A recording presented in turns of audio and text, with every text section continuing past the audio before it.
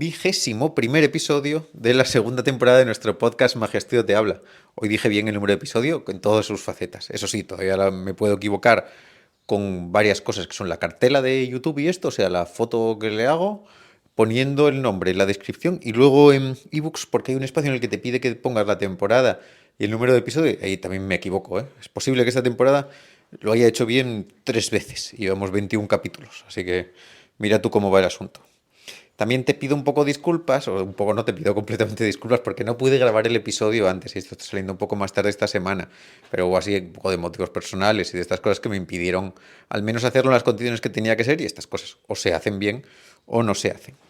Estoy ya en Asturias, aprovechando para que me preguntáis mucho para volver a coser conos y bola, carteras y los mini clasificadores que van a salir ahora, que ya llevan preparados con el vídeo listo desde antes de Navidad, pero quería saber que tuviera una tirada completa y una nueva remesa de carteras Himber. También voy a aprovechar para coser en color marrón algunas cosas, así que habrá un poco de todo. Eden está terminando también algunos pañuelos, estamos en muchos asuntos y grabando pues la nueva temporada de cosas de los Secret Files, que estoy ahora como loco con los pañuelos simpáticos. Vamos, me dio hace unos meses por ellos y estoy enganchadísimo.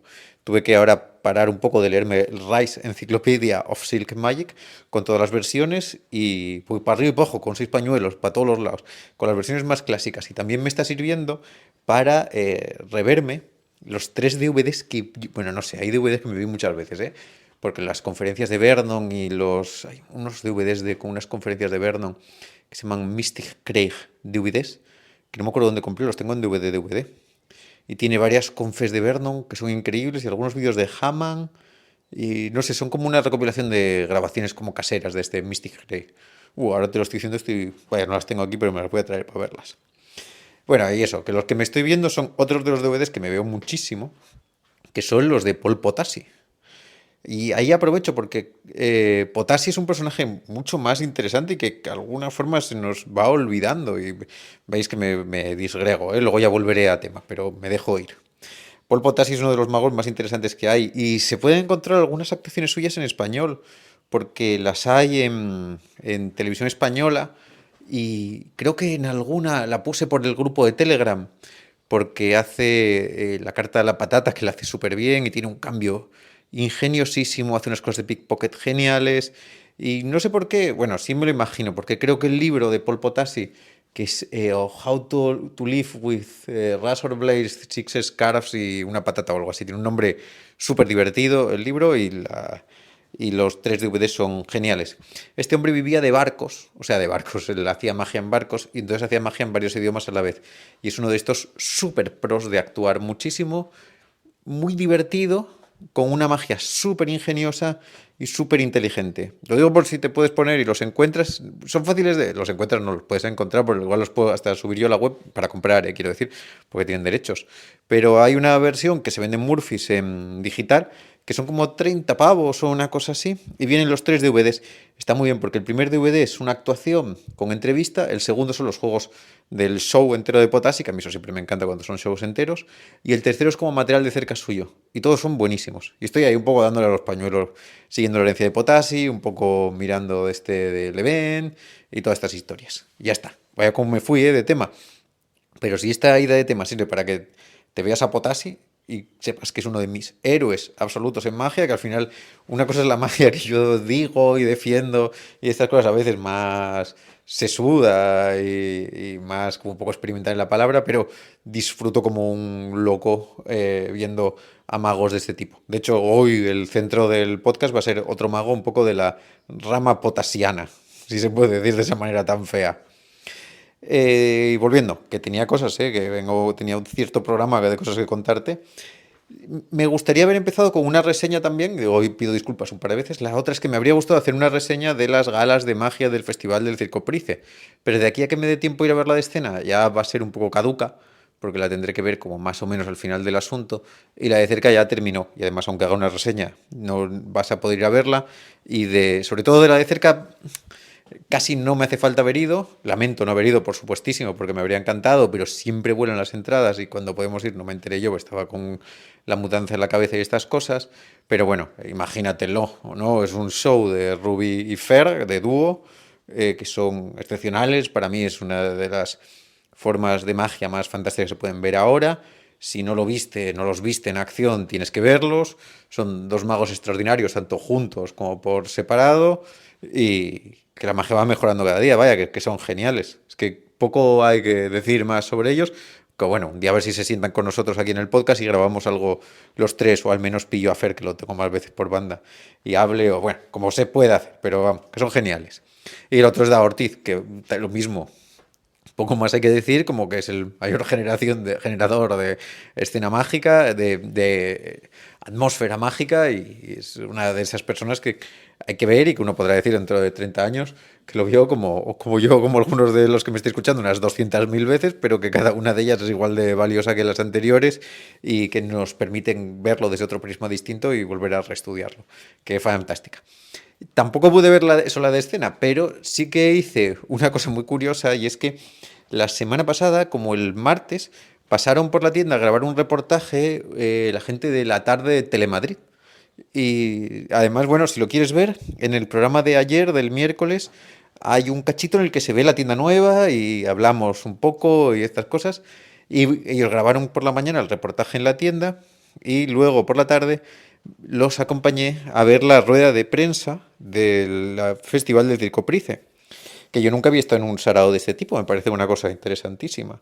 Me encontré ahí a gente fantástica, a María Simón, me encontré a Armando Gómez, y al fantástico siempre Iván Santa Cruz, que todas las cosas del Price está ahí a los mandos detrás de que todo se oiga y se vea bien, y es un genio absoluto. Que os recuerdo otra vez que tenemos que hacer el podcast juntos. Pero bueno, volviendo ahí al origen. Ahora mira, acabo de decir esto y me fastidio, estoy intentando quitarme del decir pero bueno de todas las cosas, porque lo repito mucho en los podcasts, no en ningún otro espacio. Y me lo quiero quitar y me gustaría hasta cortar este cacho, pero no lo voy a hacer, solo como un autocastigo. ¿Cómo funcionan estos asuntos de las ruedas de prensa? O no son ruedas de prensa, son como presentaciones a la prensa. Y a mí me fascinó porque cada vez que me meto en una cosa de estas aprendo algo nuevo y me lo paso súper bien. Lo que se hace es que se convocan los medios, en este caso fuimos como a las 4, y primero entran los de las cámaras, que no somos mucha gente, hay bastante, pero no es, el Price es un espacio enorme, así que no se va a vivir eso como una actuación grande.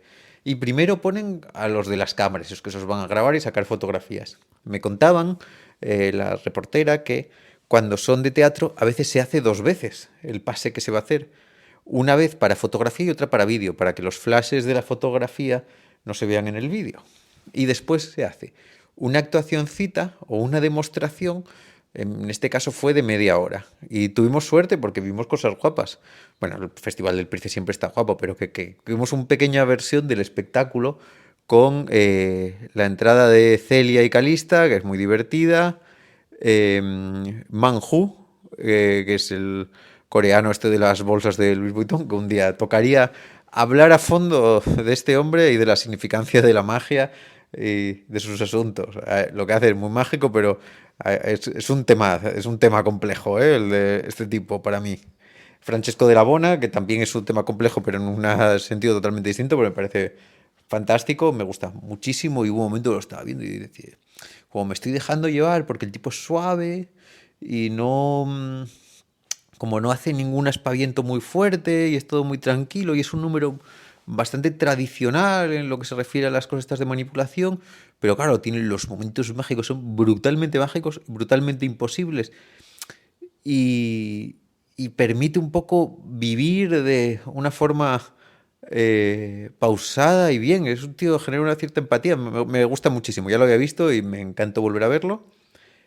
Y esos tres, Jorge hizo un número con Celia cantando, siempre increíble, claro, encima ver a Celia cantar es genial. Y eso, nos hacen un pase de media horita, y tucu, tucu, tucu, en el que vemos como una versión compacta de las cosas del Price. No todos los números, pero un par de ellos, y así en unas condiciones en las que además hay como 30 espectadores nada más en el Price, y esta gente lo da todo porque se les va a sacar las fotos y se les va a grabar, así que lo tienen que hacer perfecto, pero eso con un público muy reducido que aplaude muy poco, porque además están o tomando notas o mirando el móvil o grabando o haciendo estos asuntos.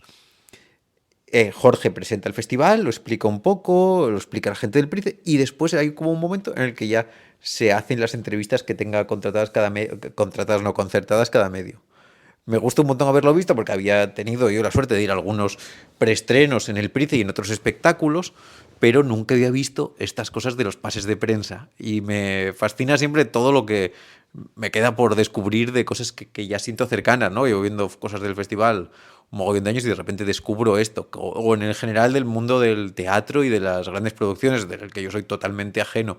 Entonces ya cuando puedo colarme en un backstage de cualquier cosa, lo hago y me lo disfruto como el primer día, porque es eso, es que me queda tanto, tanto por ver. Y te recomiendo mucho que vayas al Festival del Price, si no has ido todavía. Todos los años merece la pena ir. Jorge se encarga de que haya una variedad de magia interesantísima y también es una forma de celebrar entre todos lo bonita que es la magia en una ciudad como Madrid, ¿no? Que en un evento tan grande y encima en un espacio tan increíble como es el Price. Siempre que estoy dentro me fascina. Y como he tenido la suerte unas cuantas veces de estar con las luces encendidas y un poco menos en el entorno teatral, mirar al techo y ver esas cosas me parece la releche. O sea, qué suerte tener un espacio como ese y en el que se haga también un festival de magia. Ahí queda eso, vete, no te lo pierdas.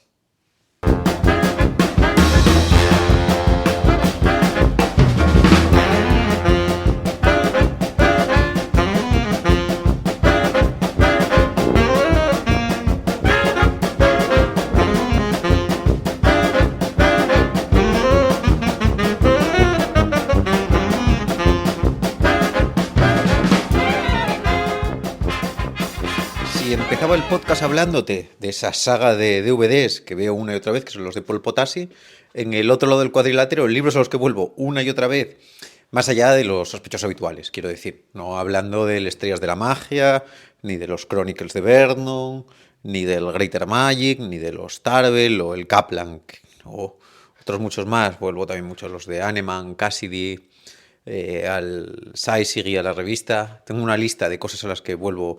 Veo por aquí el My Best, que es otro libro al que siempre recurro.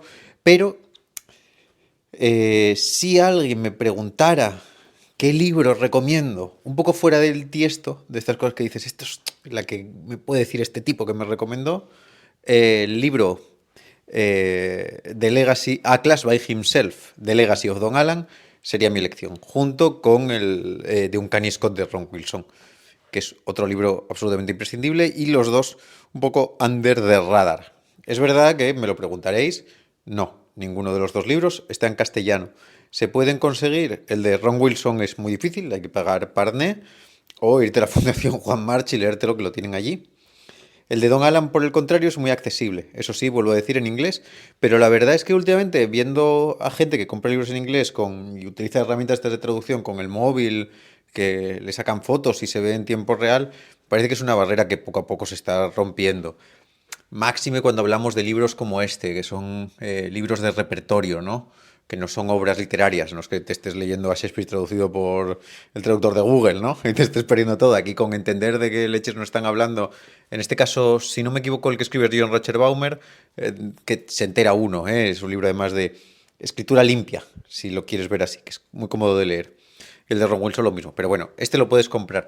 Y como digo, es muy accesible porque juraría que la versión en papel se puede pedir, que me la puedes pedir, la puedo traer a la tienda, y la versión digital también, que yo tengo las dos además, porque cuando me compré la versión digital, la de papel no era fácil de encontrar, y luego yo creo que se reimprimió, o el L Publishing ya se quedó Murphys muchas cosas, no sé cómo fue el asunto, pero bueno, tengo las dos a día de hoy y son muy recomendables. Creo que lo que voy a hacer es poner en la página web en Magia Studio una selección que ya hice en su momento con alguna descarguita de las que tiene Murphys, que Murphys tiene muchísimas descargas, pero claro, están hechas allá a cascoporro y muy mal. Pues igual pongo alguna selección elegida de cosas que merece la pena y que me parece que son buenas adaptaciones y que se ven bien. Y así Legacy of Don Allan, A Class by Himself, te lo puedes leer. Además le voy a dedicar tiempo porque si no le había entrado hasta ahora en los podcasts es porque tiene tanta tela que cortar y tantos temas que podemos hablar que no me había encontrado como por dónde darle el primer bocado. Y yo creo que como una buena entrada lo voy a hacer hoy a través del repertorio del Pretty Sneaky Act. El libro tiene una parte pseudo teórica, no me gusta decir teórica en eso, pero habla un poco de el pensamiento mágico de Don Alan, del que hablaré la semana que viene o la siguiente, vamos, en el siguiente podcast que le dedique a Don Alan. Luego del Mike Ranch, que es un programa de televisión que también se venden unos DVDs, que yo los tengo porque soy un buen fan completista de las cosas que se publican de Don Alan y que tienen a él actuando en magia de cerca en la tele en diferentes épocas. Y son guapísimos. Y luego, bueno, pues como los programas de esta época, pues tiene una cosa como con niños haciendo magia y magos de escena que son más malos que el hambre. O sea, son terribles. Y también más parte del repertorio de Don Alan. Puede que te esté hablando de este tipo y te esté sonando a chino. Puede que no lo conozcas de nada, al menos por nombre. Y es una pena porque estoy completamente seguro de que parte de su trabajo es influencia en el tuyo, de una forma o de otra, como vamos a ver e ir descubriendo a lo largo de estos minutos. Como no te quiero contar una vida de Don Alan, porque sería una cosa absurda, sí te puedo decir que es uno de los magos televisivos de cerca en Estados Unidos, de los que rompió un poco ese frente, pero también un especialista en magia de bar, heredero de magos como Matt Shulian, de esta magia clásica de bar de Chicago, muy cercana al público, lo que configura un acercamiento un poco particular y yo creo que luego al llevarlo a televisión lo hereda. Tiene otra cosa también interesante y es que yo veo muchas similitudes, que por supuesto estamos hablando de ligas distintas, solamente en un aspecto concreto, con Tamariz. Don Alan trabaja mucho una idea que es no lo llama el círculo mágico, luego lo llama el Circle of Fun, el círculo de la diversión, y cómo coloca a los espectadores a su alrededor y cómo genera la interacción con el grupo de espectadores de alrededor. En su momento no debía ser algo tan habitual, pero él para hacerlo en tele ya lo hace y si ves el Mike Ranch, los primeros son muy antiguos, es tele en blanco y negro de esta primera americana y ya respeta ese formato. Y hablaremos de ese tipo de cosas. Lo que te recomiendo es que te veas algunos vídeos de Don Alan en frío. Hay bastantes cosas en YouTube de él. Por supuesto, como todas estas cosas, hay que tener en cuenta que los vídeos que vas a ver tienen, es que claro, yo a veces lo digo porque para mí es muy normal y para mucha gente es muy normal, pero que tienen 50 años, que hay que hacer un poco también ese traslado a la magia del momento y a los ritmos del momento y entenderlos. Porque creo que eso también es clave, ¿no? Cuando hacemos este tipo de investigaciones, sobre todo si no lo conocemos previamente. Si Don Alan nos gusta, pues ya está. Si no, pues hay que enamorarse de eso, ¿no? Es como cuando ves una serie nueva, o sea, que no hayas visto previamente, de la que no te hayan hablado, que necesitas 2 o 3 capítulos para empezar a entender qué es lo que resulta atrayente de ella respecto un poco al zeitgeist del momento, a la diferencia en el mundo en el que te encuentres y en el que estés. Como te digo, y una cosa que a mí me fascina de algunos libros, una de las cosas que más sigo es cuando explican un repertorio entero, ¿no? Y te dicen, este es el show. A veces mete y saca otras cosas, y lo bueno también del libro es que, como ese tipo estaba acostumbrado a la tele, todo está medidísimo. Y Richard Baumer se encarga de explicarte, y aquí cada tanto pasa la magia, aquí está la risa, aquí está esto. Este tipo era un mega rey del timing. Y aquí creo que es una parte importante de la reivindicación de lo que voy a hacer ahora, es el que sienta la base del 80% del repertorio moderno. Ocurre lo mismo que con algunos otros magos, que cuando te leas el libro puede que no te suene nuevo, pero puede que no te suene nuevo porque lo que haya hecho se haya extendido con tal virulencia y normalizado hasta un punto tan salvaje en el que lo demos todo por hecho. Pero entenderlo, entender los ritmos, entender la autoría, entender lo que hay detrás, es muy importante. Don Alan, y esto lo vamos a ver en el show del que voy a hablar hoy, voy a intentar repasarlo muy rápido, es un show de como de 12 juegos o algo así, son más o menos cortitos, y además explica en el libro los minutos que tiene. Habla mucho de la importancia de la sorpresa, y él dice que sus shows son 3 cargas finales, y que de eso va el show. Hay 3 cargas finales porque le gusta el momento de la sorpresa. Ahora no voy a entrar a toda la parte teórica de cada uno de los juegos, cómo gestiona la interacción con el público, cómo gestiona la sorpresa, cómo gestiona lo inesperado y todas estas cosas, porque creo que merece la pena que lo hagamos más adelante, pero que hoy simplemente te hable de un repertorio de una persona que nos puede, ya te digo, sonar un poco ahora así, pero que es interesante, ¿eh? El show de Don Alan empieza con The Lin Ming Chop Cup. Sí, tenemos que pensar en algo que haya... Esto me lo vas a ir a decir hoy varias veces, ¿eh?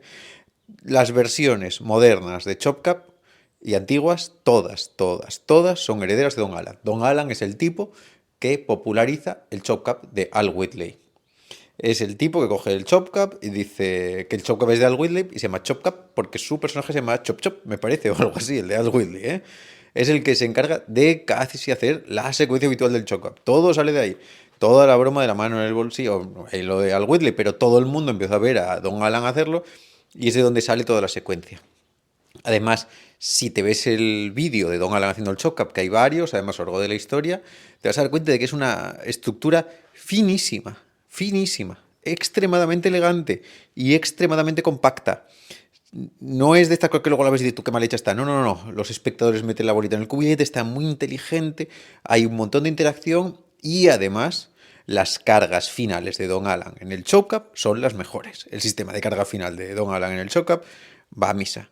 No va desde el bolsillo, él trabaja sentado en una mesa semicircular, en una mesa circular, voy a decir semicircular, no, circular del todo, pero la carga con golpe en el canto de la mesa a mí me parece una cosa perfecta. Es un juego muy interesante para verlo como una entrada de Don Alan, porque aunque luego se ha convertido en un juego más habitual de entrada, de opener de show, a mí siempre me pega mucho como de final o de parte central. Pero aquí no digo nada porque hay mucha gente que lo hace de opener, el Shock Up. Pero esta versión, si nos vamos a poner a hacer una de estas clásicas en las que hay la idea que sobrevuela en todo momento en esta versión, que es la habitual siempre, que es la de el juego de si la pelota está en la mano o en el bolsillo, me parece que es una de las más directas, de las mejores y de las que mejor llevan al momento de la carga final. Y con eso empieza el tipo. El segundo juego que se hace y él alterna, lo digo por si además te sirve un poco como estructuras de sesión, ¿no? Verlas de otros siempre es muy bueno. Don Alan alterna cartas, muchas veces las mete en medio como paso previo a los otros elementos distintos. Y aquí coge como de segundo juego la Racing Card con baraja de vano, que es una estructura, creo que si no me equivoco, con 4 cartas elegidas, con copa, estuche, pañuelo y toda la pesca. Un poco hereda esa misma idea de Gossman, que Gossman hacía la de vano en su show, porque le parecía que es, siguiendo también esa línea otra vez tamariciana, ¿no? De que la baraja, la carta que sube, la Racing Card, es uno de los efectos más fundamentales de la magia y que merece la pena hacerla en cualquier momento. Yo con esto solamente aprovecho para reivindicarlo una vez más, ¿eh? Pienso en Ignacio López cuando la hace, y a todos nos parece la cosa más increíble, o hace poquito cuando vimos a Lucky Armey haciéndola, que está genial, y yo ahora estoy queriendo prepararme también una en serio, porque sí que creo que las Racing Cards son uno de los efectos fundamentales y que hay que quitarse todas las mandangas y hacerlas. Estoy buscando también algunas así para traer a la tienda. Ahora venden esta de Murphys que cuesta como 400 euros porque viene una caja enorme. No tengo yo claro que eso esté a 400 euros de valor. Y ahí queda eso. Luego sigue con dos cosas pequeñitas, que a mí esto me gusta mucho en los shows, cuando se pasa de una secuencia en la que vemos que viene de una de vano con 4 cartas elegidas y se cambia de elemento completamente. La primera y son casi bromita de monedas. La primera es la moneda clavada en la frente, que esto es una de estas cosas que antes se hacía mucho y yo la encuentro de vez en cuando y me hace mucha gracia, que pides que se firme una moneda, parece que te la pegaste en la frente y al quitarla se ve que tenía como un clavo, que parece que te la habías pinchado en el frontón. Y a eso lo continúa con algo que ya no se puede hacer, pero que entiendo que tiene mucha gracia. Y cuando se dice, este tipo era un maestro, porque hacía este juego pequeño y a la gente le volvía locuela, que es el cigarrillo a través de la moneda, que entiendo que es un juegazo cuando se plantea bien y en esos entornos. Son dos juegos muy buenos de transición que encajan muy bien y de repente son más festivos, que es un poco lo que busca de Don Alan. Luego llega otra de las bombas totales, que es la baraja invisible. Como hablaba, cuando abría todo este telar con el Choc-Up, casi todas las barajas invisibles modernas tienen la influencia directa de la charla de Don Alan. Es el que pone de moda, yo creo, no sé, no quiero lanzarme el triple y decir que es el que lo inventa, pero es el que populariza, porque estos son muchos criadores en vez de creadores, siguiendo las palabras de Merpin, de efectos clásicos, y es de todo lo de coge la baraja invisible, saca del estuche, elige una carta, todos estos asuntos, lánzamela al bolsillo y se vuelve natural. No hace la aparición como la bolsa, pero lo hace en el bolsillo, pero vamos, todas las estructuras modernas de Invisible salen de Don Alan, que plantea el efecto con toda la potencia y en el libro además explica muy bien cómo juega con toda la idea de la dirección.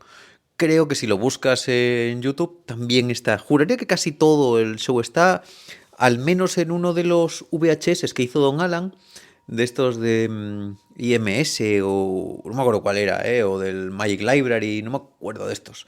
Está el acto entero y merece muchísimo la pena verlo, porque ya ves cómo pasó como metió las cartas, se fue a las cosas de otro tipo y ahora vuelve a las cartas con otro efecto que tampoco tiene esa disposición de cartas habitual que vamos a encontrarnos, que aquí nunca lo hay.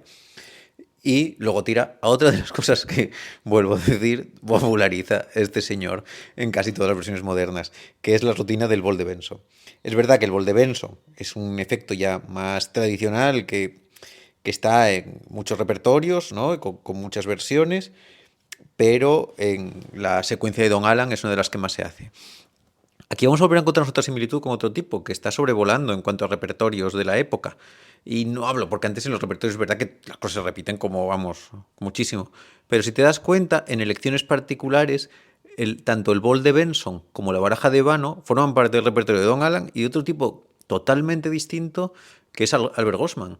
Son versiones a ritmos diferentes y estéticamente, aunque respetan la estructura y casi las mismas fases, con unas funciones estéticas y con el público muy distintas. Pero es interesante que el bol de Benson es uno de los juegos, yo creo que fundamentales de la magia.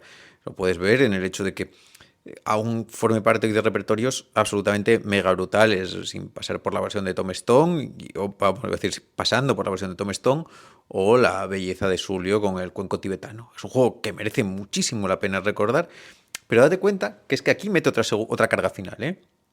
Esto no es esencialmente diferente del Chop Up en la historia del juego. En el Chop Up la bolita va, en este 3 bolitas bajan al cuenco y aquí aparece la tuerca y el bagel, me parece, que con otra vez con las cargas finales. Pero Don Alan, que cree que la carga final es muy importante, entiende que esa bajada de ritmo merece volver a meterle ahora como un puntillo extra y darlo otra vez. A esto le sigue otro juego que también es fantástico, que no, este no populariza nada, lo hace bastante. Lo que pasa es que es verdad que Don Alan hacía en tele y la gente lo seguía. Pero es el Ring Flight, el anillo al llavero, que es una forma de introducir un elemento de un espectador que entra mucho en juego y que viene muy bien ahí, después de ese efecto, cambiando a una sensación completamente distinta, con objetos más cotidianos sacados por los espectadores, y que eso va por otros derroteros un poco diferentes a lo anterior, ¿no? Si antes estábamos hablando de un juego con un elemento, con un cuenco, una varita, unas bolas de esponja en el que aparece aquí, de repente se convierte esto en un anillo prestado por un espectador. No recuerdo si hace la fase de la varita y estas cosas, pero se vuelve a meter mucho en el cerca y en el interactivo.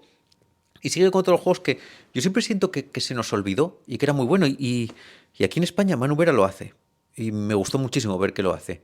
Que es el micro macro de Hammond, que es el que enseñas una baraja pequeñita que se convierte en baraja grande. Nosotros teníamos en la tienda una versión que es el Diminishing Returns. Dejé de traerlo porque gustaba un poco, pero luego la gente no terminaba de llevárselo siempre. Igual traigo un par de ellos para volver a tenerlos. Pero yo recomiendo muchísimo hacer el micro macro. Ya sea la versión de Hammond, que está publicada en el libro de Hammond, como no puede ser de otra manera, como la versión de Ron Wilson, que también está muy apañada, que está en el libro de Ron Wilson, como no podía ser de otra manera, o la baraja trucada de Diminishing Returns, que está muy bien. Es un efecto muy bueno, que funciona muy bien. Y a este le sigue otra cosa con cartas, y esto me gusta mucho, porque Don Alan empieza con una baraja pequeña que se convierte en grande, y luego con un juego que yo hice mucho tiempo, que es el Big Deal, que es, sacas una carta jumbo y le das al espectador la baraja. El espectador va echando cartas encima de la baraja jumbo y se van soltando en la mesa, como las usa como una pala, ¿no? Hasta que el espectador se para. Y en la carta que se para coincide con la de la carta jumbo. Como vemos, aunque este ya sea un juego más cartomágico que lo anterior, no lo es tanto. Las cosas que hemos visto con cartas están en una Racing Car, que podría ser cualquier cosa, pero es cartomagia, pero no es cartomagia. Tenemos el micro macro, que lo mismo, la baraja invisible, que son juegos de cartas, pero que la disposición escénica del juego todavía tiene una gran variedad, ¿eh? Va a ir entrando y vamos a encontrarnos aquí cosas de cartas. El Big Deal es una especie de carta al número, pero vuelve a tener un efecto directísimo y súper claro y con la estética de la carta Jumbo. Me gusta un montón. Está mi manejo en los Secret Files, por si te sirve un momento de disclaimer publicitario. Y habrá, porque estoy grabando ahora mismo el curso del Chop Cup y estará también esto. Y justo el juego que viene después también estará próximamente en el curso de cartas apuñaladas, porque si volvemos a la lista de cosas que populariza Don Alan, una de las cosas que hace él, que luego todo el mundo hace, es la carta apuñalada en la bolsa de papel, que es uno de los juegos que antes veía todo el rato cuando empecé a hacer magia en las actuaciones de salón, pero que ahora ya no está. Es un juego mucho menos habitual y En un momento de mí eso me freía la vida, yo no quería volver a verlo nunca más, pero quizá ahora me agradaría que alguien volviera a hacerlo porque son efectos muy buenos. Es el de las cartas apuñaladas, tenemos las versiones tipo la de Malini, en la que hay un periódico que se pone encima y se trincha la carta, y luego está esta que son las que son muy compactas, así que tienes una bolsa de papel tipo lunch, de estas de como de bolsas de comida, de las de donde meten los americanos la priva para beber en la calle. Un espectro elige una carta, se firma, se mete la baraja en la bolsa de papel, que el mago saca un cuchillo, atraviesa la bolsa y trincha la carta elegida que puede ser firmada. En esto tenemos dos versiones habitualmente, unas en las que la baraja está dentro del estuche y otras en las que la baraja está fuera del estuche. A mí me gusta más personalmente que esté fuera, la verdad. Parece que hace un poco más para que el efecto se sienta inteligente y el manejo de Don Alan está muy bien. Pero viste cómo elige aquí workers, ¿eh? Es un show de worker tras worker tras worker, hechos directamente y el fundamento de continuidad del espectáculo de Don Alan no se encuentra en ningún caso, ni lo pretende en una línea argumental, sino todo lo contrario, en un trabajo de empatía y contacto con los espectadores, con el círculo de la diversión, en el que eso está todo el rato, todo el rato. Desde aquí que llegó otra cosa de cartas, fíjate cómo entra y sale de cartas y va pasando de elemento a elemento porque lo que importa es la interacción con los espectadores. Se hace una secuencia de Scotch and Soda, de plata-cobre con las manos del espectador, muy sencillita pero muy apañada, que entra como ya en el último tercio del espectáculo. Hace después una cosa que se llama de Ranch Beard Deluxe, que es una especie de cochecito con un pajarito de juguete. A mí me recuerda también a esto que hacía Ricky Jay en su show de los 52 Assistants, que es un bichito que encuentra una carta que está muy apañado. No te voy a hablar mucho de ello, pero que no quede de menos porque no te hablé de la localización con el objetito, porque me parece que es que me podría poner a hablar mucho de ello, pero no lo quiero hacer. Pero habla un poco de la idea de Don Alan del juego, del sacar un juguete para que estos espectadores en el juego que va antes del final jueguen con un objeto y haya un ítem lúdico que haga que esta gente que ya entró en el espacio este de diversión compartan algo que quizá al principio del show no se podría haber vivido de la misma manera, ¿eh? Eso no funcionaría de esa forma igual. Y en ese es un buen momento, a mí me parece un buen fin de fiestas. Cumple un poco esa misma función que el cochito de Tamariz, que es el de termómetro, de que todos estamos jugando ya. No sé si me explico.